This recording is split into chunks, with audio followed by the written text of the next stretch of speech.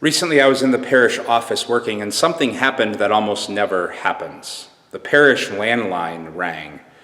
That almost never happens because anybody who wants to get a hold of me has my cell phone number, and they just call that. Another thing happened that almost never happens when the parish landline rang. 95% of the time, it's a spam call. But this time, the caller ID did not say suspected spam call, so I answered it. Every once in a while, we get an inquiry, and that was the case. On the other end of the line was a very fragile woman's voice, and she was asking about when our AA groups met throughout the week.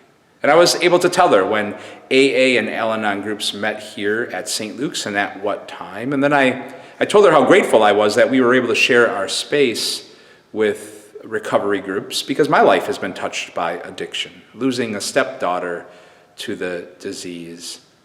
I never got her name, but I told her that I would hold her in my heart and prayer, and commended her to that good, loving, hard, but vital work of recovery and sobriety. She told me that she had just moved to the Milwaukee area and didn't know a whole lot of people. And because of that, this was a very stressful time for her, and she just wanted to find as many meetings as she could because she was so frazzled and scattered, and it was meetings that were able to ground her and gather her together again. The book of Tobit, at a high level, tells the story of God's ability to gather scattered lives. At a high level, it tells the story of lives that were dispersed to Nineveh from the northern kingdom of Israel in the 700s BCE. And through some powerful stories, tells of God's ability, largely through the angel Raphael, to gather together again lives that were so incredibly scattered. And at the end of the book of these kinds of stories, in verse 5 of chapter 13, the author really celebrates God's ability to gather again all life that has been scattered in all sorts of ways.